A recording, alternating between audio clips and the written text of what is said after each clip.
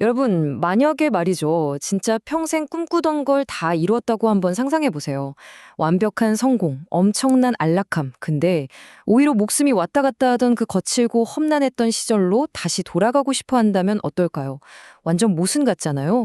오늘 우리가 파헤쳐볼 노아 롬이라는 분의 이야기가 딱 이 거대한 역설에서 출발합니다. 바로 들어가 보죠. 노아의 이 두 세계를 한번 극명하게 비교해 볼까요? 한쪽은 미국 텍사스 오스틴입니다. 여기서 광고 감독으로 아주 잘 나가면서 말 그대로 완벽한 아메리칸 드림의 삶을 누리고 있어요. 근데 다른 한쪽은 어떤가요? 네팔의 엄청 외딴 롬이라는 마을인데요. 길도 없고 인터넷은 무슨 심지어 흐르는 물조차 없습니다. 어릴 때 노아는 밤에 불을 밝히려고 솔방울을 깎아야만 했대요.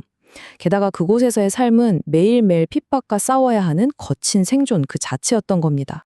그러니까 여기서 되게 자연스럽게 의문이 하나 생기죠. 왜? 도대체 왜 그토록 원하던 꿈을 이룬 사람이 굳이 자신을 다 태워버릴지도 모르는 그 뜨거운 불길 속으로 다시 뛰어들고 싶어 하는 걸까요? 이 미스터리를 제대로 풀려면 우리는 시간을 훅 거슬러서 로미 부족의 진짜 놀라운 역사 속으로 한번 들어가 봐야 합니다. 자, 1장. 기록되지 않은 말씀. 번역입니다. 때는 1970년대 네팔입니다. 핀란드에서 올라비라는 선교사 부부가 오는데요. 와, 이분들이 마주한 미션은 말 그대로 미션 임파서블이었습니다. 당시 로미 부족 언어는 100% 입으로만 전해지는 구전 언어였어요. 문자가 아예 없었죠. 심지어 마을의 불교 사제들조차 자기들이 읽는 티베트어 경전 뜻을 몰랐으니까요. 그래서 올라비 선교사는 어떻게 했냐? 일단 네팔 공용어인 네팔어를 배웁니다. 그러고 나서 완전히 딴판인 로미어를 또 배워요. 그게 끝이 아닙니다. 세상에 없던 문자를 아예 새로 발명해낸 다음 마침내 신약성서를 번역하는 진짜 말도 안 되는 대장정을 시작한 겁니다. 여기서 제일 소름 돋는 포인트가 뭔지 아세요? 루미 부족 역사상 처음으로 만들어진 기록물, 최초의 문학작품이 다름 아닌 신약성서였다는 겁니다. 진짜 대박이죠? 복음이 아예 글자가 없던 마을에 문해력을 선물한 셈이에요. 정규교육이라곤 단 하루도 받아본 적 없는 평범한 동네 주민들이 졸지의 성경 번역가로 변신하게 된 겁니다. 이어서 2장, 불 속에서 단련된 신앙입니다. 이런 첩첩산중 고립된 자급자족 사회에 완전히 새로운 신앙이 뚝 떨어지니까 거친 현실이 펼쳐지게 됩니다. 1970년대 올라비 선교사가 집힌 이 작은 불씨가 온몸으로 핍박을 받아낸 노아의 아버지 같은 1세대 신자들로 엉겨붙습니다. 그리고 마침내 물리적인 교회 건물을 세워낸 2세대로 이어지죠. 처음엔 단 몇 명뿐이었는데 수십 년에 걸쳐 마을을 대표하는 거대한 교회로 성장한 거예요. 2000년대 초반 나라 전체를 뒤흔든 거대한 내전이라는 폭풍이 몰아치기 전까지 이들은 멈추지 않았습니다. 근데 그 성장통이 상상을 초월합니다.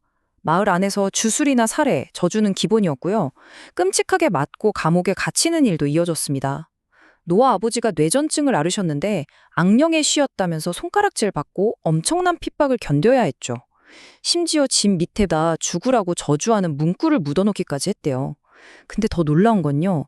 이분들한테 이런 영적인 전투나 육체적인 폭력은 어떻게든 피해야 할 일이 아니라 그냥 매일매일 숨쉬듯 겪어야 하는 신앙생활의 일상이었다는 겁니다. 이런 극한의 현실을 노아가 아주 뼈 때리는 말로 표현하는데요. 생존을 위해 자급저족을 해야 한다면 그건 더 이상 낭만적인 전원생활이 아닙니다. 이겁니다. 이분들이 살던 곳은 철저하게 똘똘 뭉쳐서 농사 지어야 먹고 사는 공동체잖아요. 거기서 새로운 신앙을 가졌다는 이유로 쫓겨난다? 이건 그냥 미움받는 수준을 넘어서 말 그대로 사형 선고나 다름없는 치명적인 생존의 문제였던 거죠. 자, 이제 3장, 마오주의 반군 내전입니다. 시간이 계속 흘러 2000년대 초반이 됩니다. 노아의 평화롭던 어린 시절은 네팔 전체를 휩쓴 거대한 정치적 소용돌이 때문에 완전히 산산조각이 나고 마는데요. 당시 네팔 정부군하고 치열하게 내전을 벌이던 공산주의 반군, 이른바 마오주의 반군이 기독교 같은 소수 종교를 콕 찍어서 타겟으로 삼았습니다.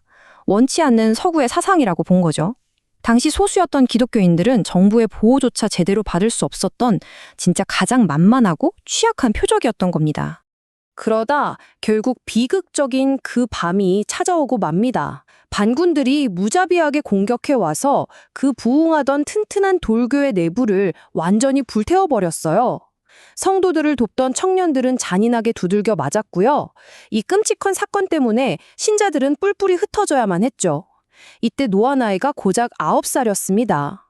그 어린 아이가 가족의 품을 떠나서 카트만두에 있는 보육원으로 피난을 가야만 했습니다.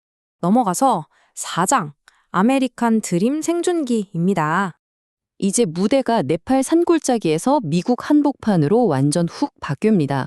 청년이 된 노아가 꿈을 안고 미국 워싱턴 DC 공항에 딱 내렸는데 웬걸 모르는 사람한테 전화를 빌릴 수 없다는 그 미국 문화 자체를 몰라서 완전히 길을 잃고 헤맸대요. 두 세상이 진짜 너무 달랐던 거죠. 한쪽은 생존하려고 모든 걸 다 나누면서 핍박에 맞서던 끈끈한 네팔 공동체잖아요. 반면에 장학금 받고 들어간 미국 대학은 지독하게 개인주의적이었습니다. 기적을 직접 눈으로 보면서 자란 노아가 이제는 교실에 앉아서 성령의 역사가 어쩌고 저쩌고 이성적인 토론만 하고 있어야 했어요. 그 수많은 군중 속에서 노아는 태어나 처음으로 뼛속 깊은 고립감과 영적인 메마름을 느꼈다고 합니다. 그러다 졸업하고 오스틴의 화려한 영화 산업에서 막 승승장구하던 어느 날이었어요. 노아가 진짜 머리를 한 대 세게 얻어맞은 것 같은 깨달음을 얻게 됩니다. 하루 12시간씩 거대한 광고 촬영장에 서 있으면서 문득 깨달았습니다. 와, 이거 내 시간의 가장 엄청난 낭비구나. 모든 게 헛되구나. 세상 사람들이 말하는 그 완벽한 세속적 성공의 꼭대기에서 오히려 그 목표가 얼마나 통통 비어 있는지 끔찍한 허무함을 온몸으로 느껴버린 겁니다. 마지막 5장입니다. 급진적 신앙으로의 회귀. 그 허무함 끝에 노아는 삶의 방향을 진짜 180도 완전히 틀어버립니다. 주변이 온통 편안하고 안락한 환경인데도 그 잃어버렸던 거칠고 위험한 신앙을 되찾기 위해서 성공의 의미를 아예 다시 써버린 거예요. 진짜 신앙은 당장 눈앞에 열매가 안 보여도 버티는 거다. 서구 사회의 이 달콤한 안락함은 영적인 절박함을 무섭게 갉아먹는다. 우리가 환장하는 그 즉각적인 만족? 그거야말로 조용하고 느린 헌신을 망치는 제일 큰 적이다. 이렇게 말이죠. 노아는 수십 년 동안 아무도 안 알아주는데도 묵묵히 헌신했던 핀란드 선교사들을 떠올리면서 참된 성공이란 결국 누군가 봐주지 않아도 매일매일 숨은 자리에서 지켜내는 신실함이라는 걸 뼈저리게 깨달은 겁니다. 그래서 노아가 이렇게 고백합니다. 10년 전의 신앙의 부스러기나 과거에 겪었던 핍박의 경험만으로는 지금을 살아갈 수 없습니다. 이 말은요, 그냥 영적인 향수에만 빠져 있으면 안 된다는 걸 스스로가 너무 잘 안다는 뜻이에요.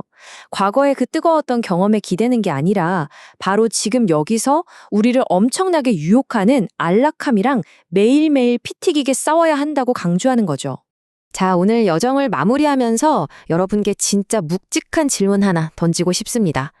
만약에요, 여러분이 온 세상을 다 얻었는데 삶의 가장 깊은 목적을 잃어버렸다면 당신이 미친 듯이 쫓아갔던 그 성공, 과연 그럴 만한 가치가 있었을까요?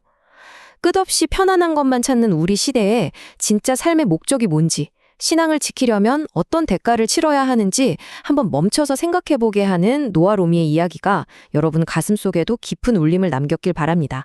지금까지 함께해 주셔서 감사합니다.